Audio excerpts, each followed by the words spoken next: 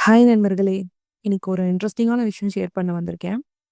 அது நெறைய பேத்துக்கு தெரிஞ்சிருக்கும் அந்த விஷயம். சில பேருக்கு தெரியாம கூட இருக்கலாம். ஸோ எனக்கு ஷேர் பண்ணணும்னு தோணுச்சு. ஸோ நான் லேர்ன் பண்ணத உங்ககிட்ட ஷேர் பண்ண வந்திருக்கேன்.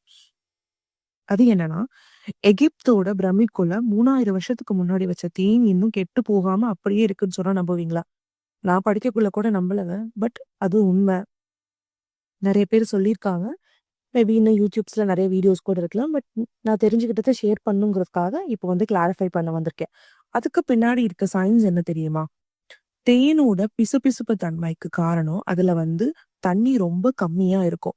இதனால பாக்டீரியாக்கள் அதுல உயிர் வாழவே முடியாது. ஏன்னா, தேன் அந்த பாக்டீரியாக்கள் இருக்கிற ஈரப்பதத்த ஆஸ்மோசிஸ் மூலமா உறிஞ்சிடுமாம். அது மட்டும் இல்லங்க.